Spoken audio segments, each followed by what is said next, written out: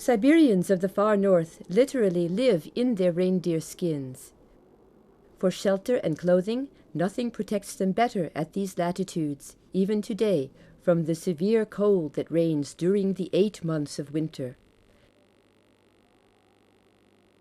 Leather making thus continues to be of vital importance here.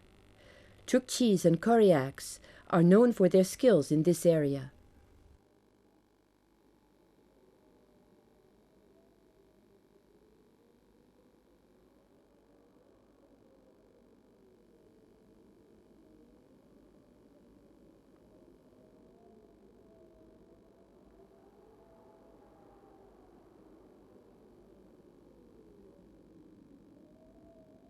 Located at the fork of the Apuka and Achavayam rivers, at approximately 50 kilometers from the sea, Achavayam is a small outpost whose 613 inhabitants are mainly Chukchi. Over time, these nomadic reindeer herders gradually came to settle down around this administrative town with its stallion breeding sovkhos.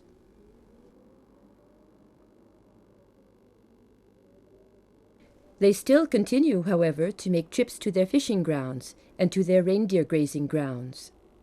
Some have set up tents on the outskirts of the village to be used for traditional activities and rituals. Only the herders who accompany the migrating herds remain out on the tundra all year long.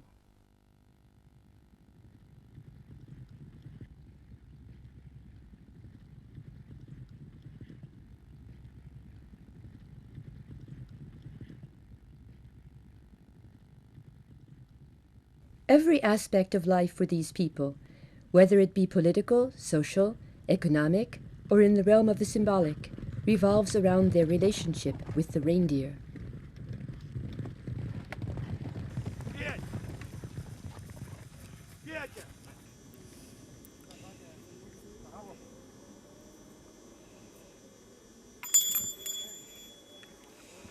Killing a reindeer is always an important event for the entire community. The animal, chosen for its age, sex, or physical state, is separated from the herd.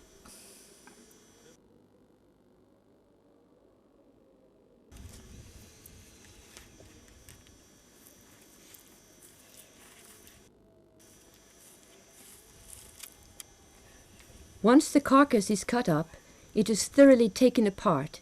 Nothing will be wasted. The meat will be conserved in various ways to be eaten over a period of time. The bones will be ground up to make grease, the tendons made into thread, the hide tanned and turned into tent material, bedding, and clothing well adapted to the harshness of the climate. The characteristics of the hide, its thickness, the density of the fur, vary with the seasons. Selected accordingly, each piece will have a specific use.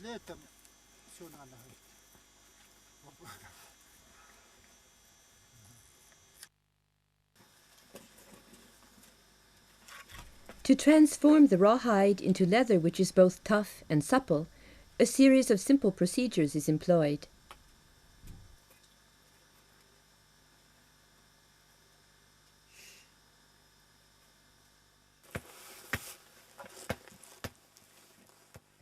The skin from the legs is called camus. It is reserved in particular for making boots and is treated separately. If the skin is too dry, it is moistened and then pounded in order to break down the fibers.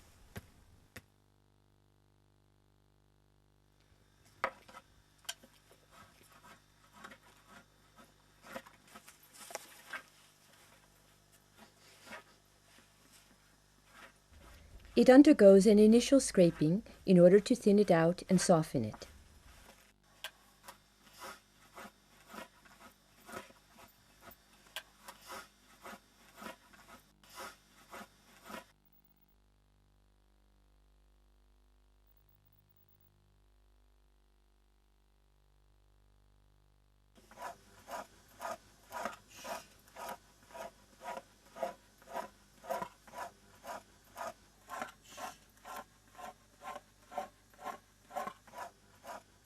Once it has been scraped, it has to be nourished.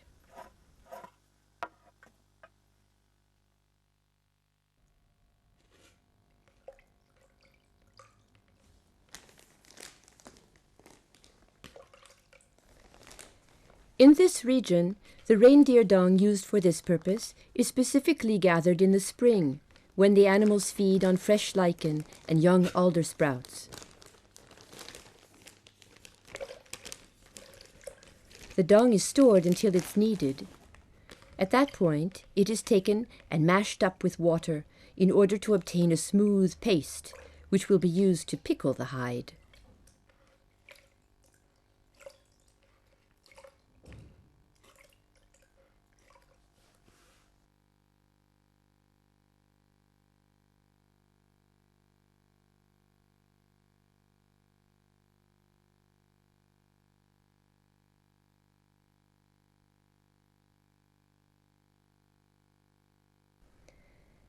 The camus are entirely coated with the mixture.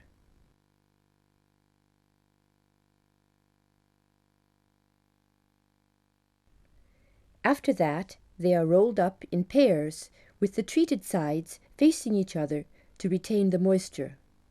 Setting them aside in a warm place for a day then allows the mixture to penetrate the fibers, modify their structure, and eliminate the albuminoid substances. This helps preserve the leather and prepares the hide for any later vegetable tanning.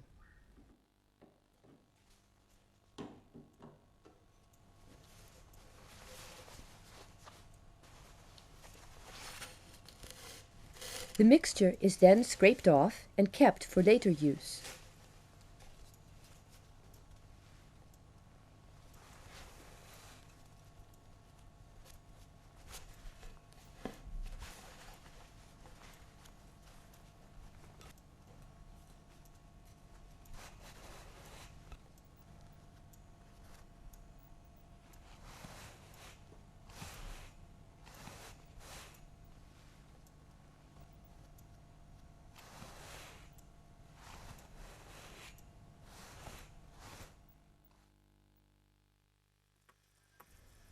The hide once again undergoes a thinning and stretching out process.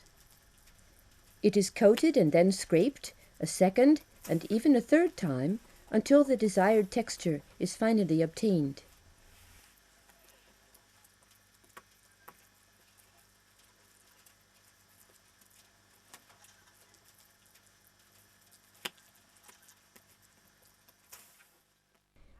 The only tools that are used are scrapers.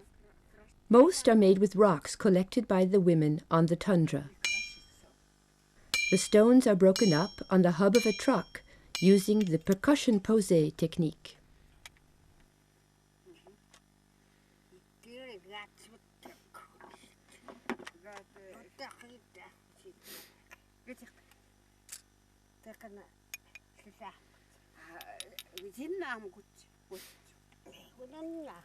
The fragments obtained are then roughly hewn with a metal chisel, using the percussion lancé technique.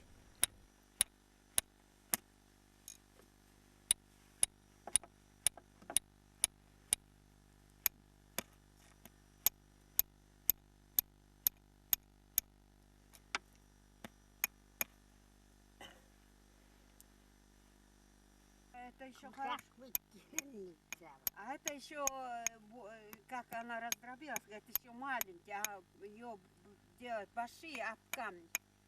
Прям камень об камень делать. Дробят это. The sharp edge, which requires greater precision, is shaped with the beveled end of the chisel. When out on the tundra, this work is all done using stones that are found and then left out there. The resulting tools vary in size. There are also metal scrapers which are used for certain operations. They are called metal stones.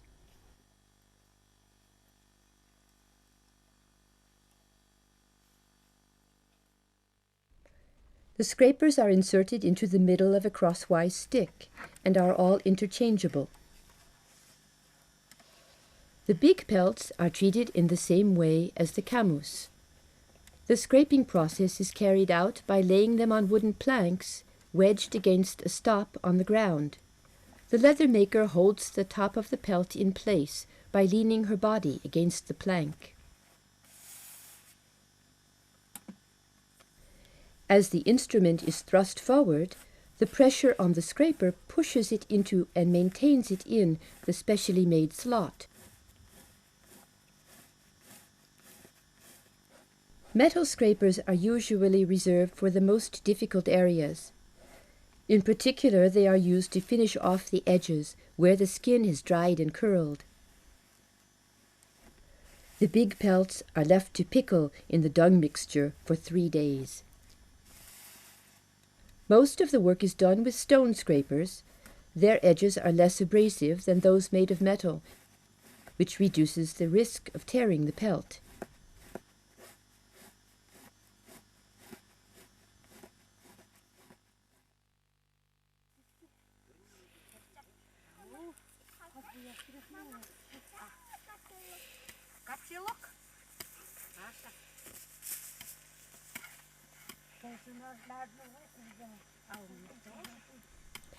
The skins will undergo an additional treatment made from alder bark. The bark is taken from freshly cut young branches in autumn.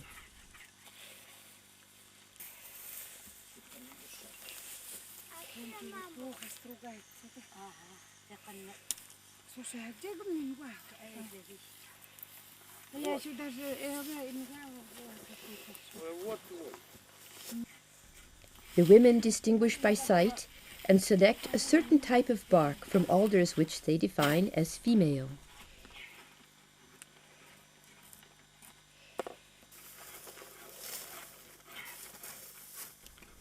After the wood chips have dried for several weeks, they will be put aside for later use. These tree bark mixtures are mainly used to treat the big pelts.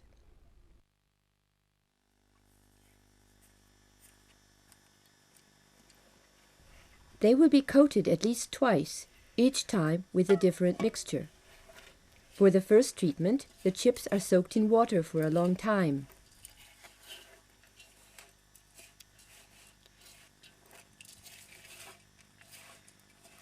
Then, to enhance its tanning and thus dyeing properties, the mixture is slowly heated.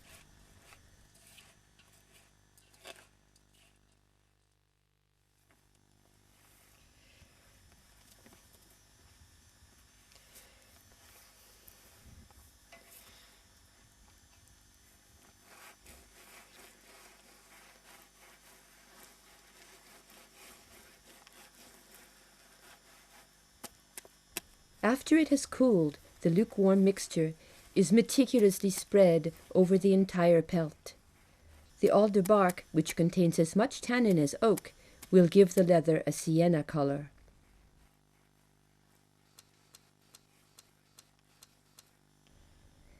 The women pat this first coating into the skin to make sure the mixture penetrates well.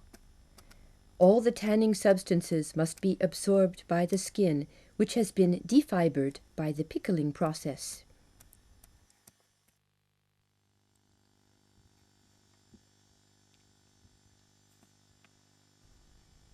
After it has been coated, the skin is folded and left for at least 1 night in a warm place. After it has steeped for a while, what remains of the coating mixture will be cleaned off, kept, and used again later.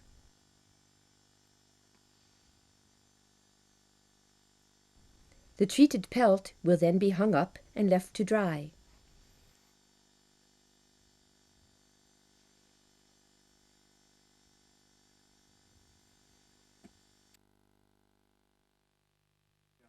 Это мягкая уже там шкура, я ее на балконе дома оставила. The topmost layer of the skin is then scraped off to make it permeable to the next treatment.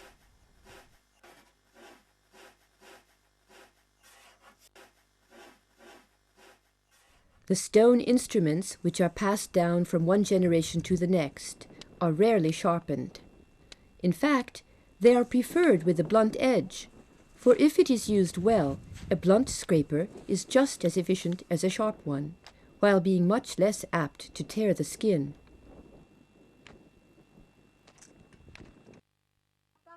Now comes one of the final steps in the process, a second tanning treatment, whose purpose is to obtain the exact color desired.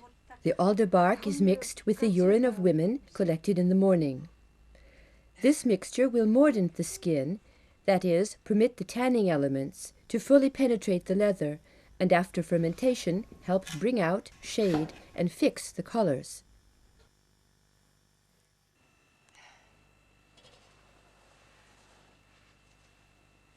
In contrast to the first coating, this time the mixture is applied with even, precise movements in order to obtain a uniform color.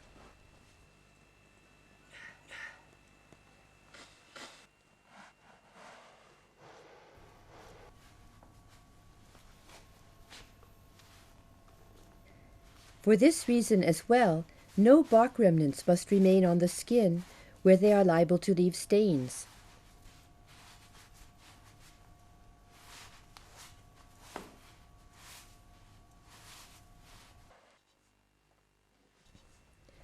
After it has dried, if the desired color has not been obtained, the skin will be scraped again and recoated with the same mixture. Once the color is right and the drying process finished, the last step is to soften the skin. Skins that are tanned in this way are more water resistant and are sewn onto the bottom of the tents. The most beautiful pieces, those where great care has been taken with the colors, will be used to make kukliankas, a traditional type of garment.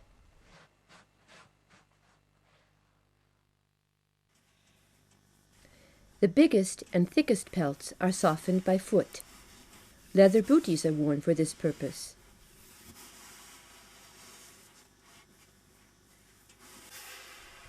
However, as the heels push forward, the hands also pull back on the skin in a double movement.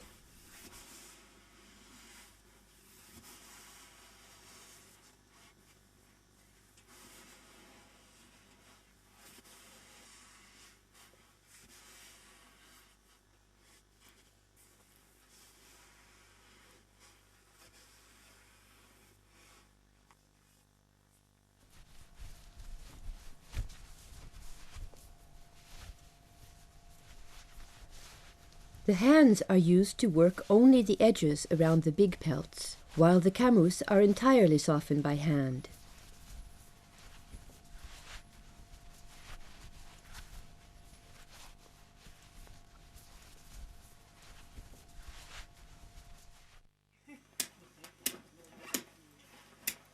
The hides that are to be smoked are hung over the family's domestic fire. The rising smoke contains a variety of alcohols, acetone, essential oils, and tar, which interact with the skin's fibers to preserve and waterproof the leather. Skins smoked in this way are used for making the tent coverings.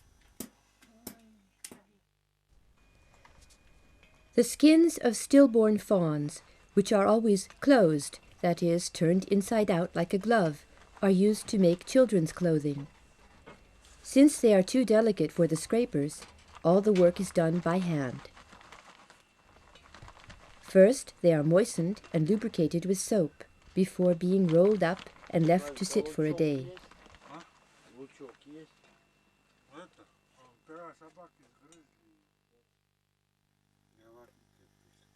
After that, the skin's exterior membrane is scratched off with the fingernails. This also stretches out the hide, breaking up its fibers and thus softening it. The delicate fawn skins will only be subject to these two procedures. Once the stretching process is over, they will be left on.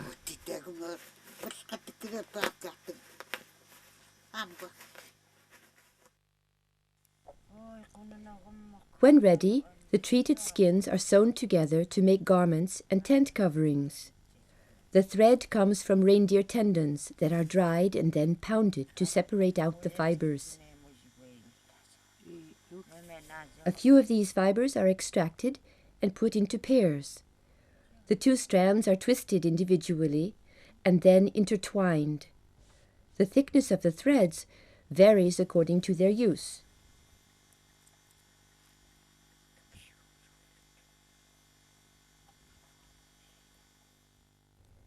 These handcrafted threads are preferred to those made of modern materials because they remain white and never soil.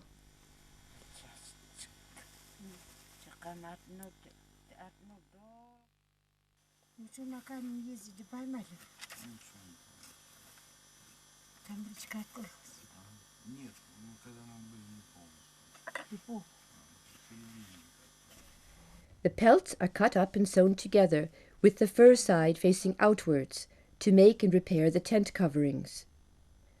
The hides taken in winter are the most suitable for this purpose, and the number of pieces used depends on the area to be covered and the size of the family to be sheltered.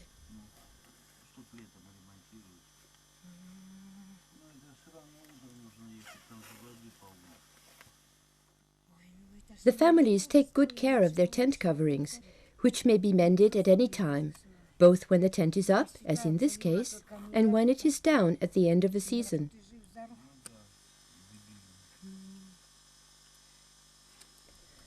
Using an overcast stitch, the pieces are joined together at the edges. The thick leather is tough to sew, and so a thimble, possibly made from an antler, is sometimes used.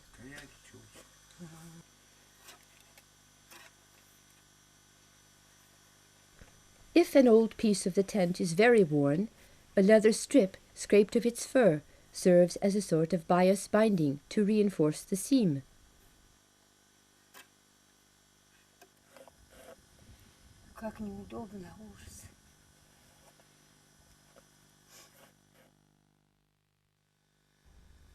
Clothing is also made from the big pelts, with the exception of boots, which are made from the camus. Some garments are made to be worn with the fur on the outside, and others with the fur on the inside, like the one worn by this seamstress.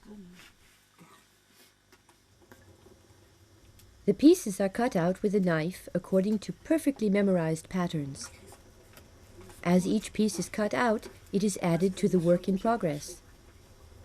The edges are matched up and sewn together with very fine flat stitches that are invisible from the outside of the garment. The board which previously served as a cutting surface is now used to keep the garment in place.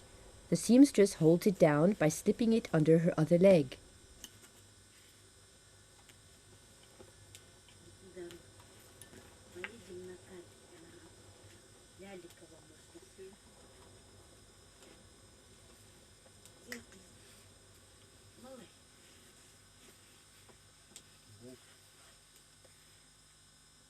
So that the seams will be neat, any fur which might get in the way is cut off along the edge.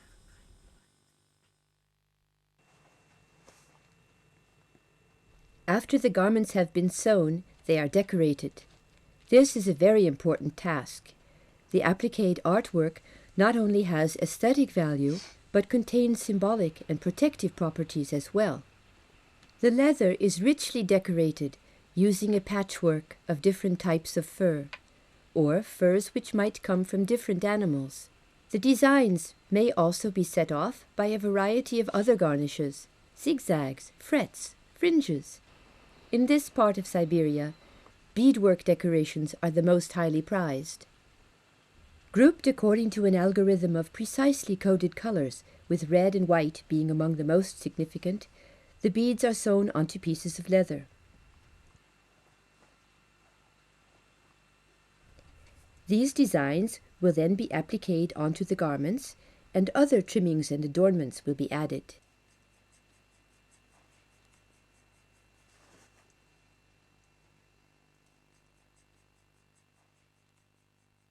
All of these traditional activities are the expressions of an authentic cultural identity, that of men and women who are heirs to a tradition of living in profound harmony with the natural environment, as hostile as it may be.